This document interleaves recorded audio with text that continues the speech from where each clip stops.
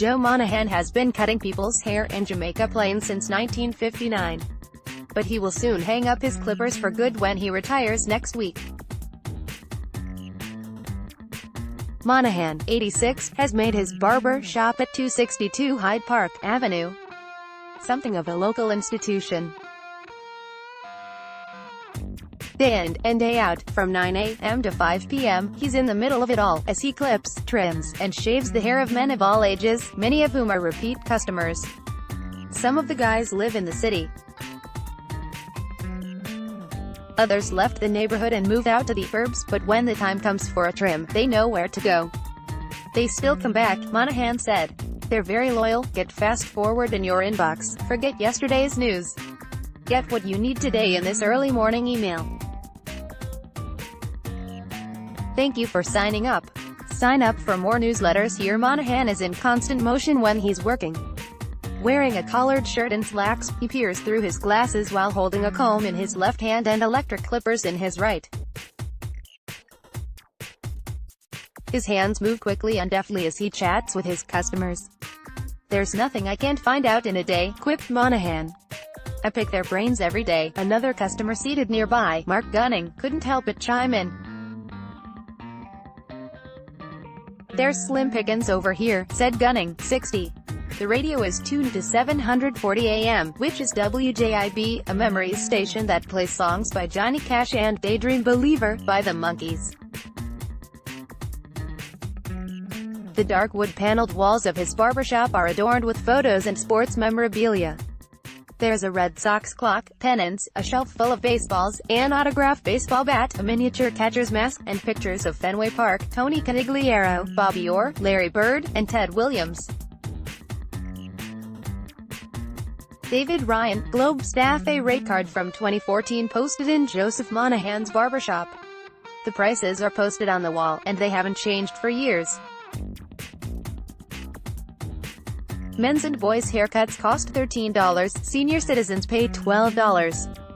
Beard trims will only set you back $6. As Monahan worked on his latest customer, William Young, 67, they reminisced about how long they've known each other. When he finished, Monahan removed the haircutting cape from Young's neck. "There you go, pal," he said. Then they shook hands. Young said his father used to go to Monahan's barbershop. "I've been coming here since I was a kid," said Young. That's how it works at Monahan's barbershop. A guy gets his haircut there, then he brings in his son. The next thing you know, Monahan is cutting the hair of their grandsons and great-grandsons. Over the years, Monahan has seen the styles change from crew cuts and flat tops to mop tops and pompadours and back again. "It was so bad when the long hair came in," he said. "Because whenever long shaggy locks come into vogue, the barbering business takes a hit." David Ryan, Globe staff. Joseph Monahan was reflected in a mirror as he cut a customer's hair. One of his most infamous customers was Adolph Jazz Maffei, who was one of the men convicted of the 1950 Brinks robbery. The heist, which was called the perfect crime and the crime of the century, took place on Jan.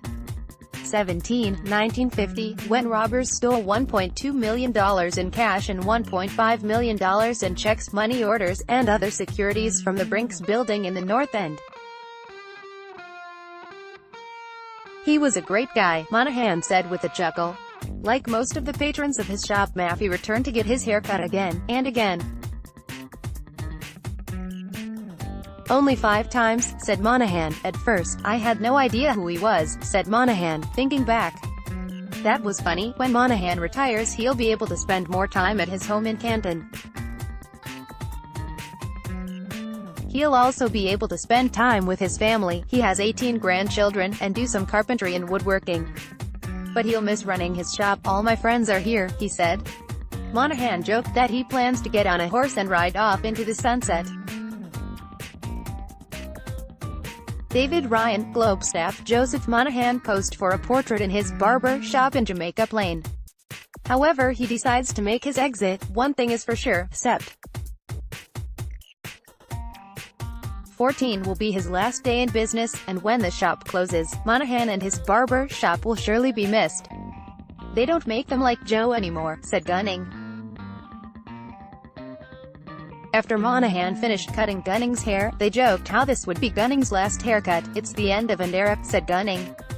Emily Sweeney can be reached at sweeney@globe.com. Follow her on Twitter at Emily Sweeney.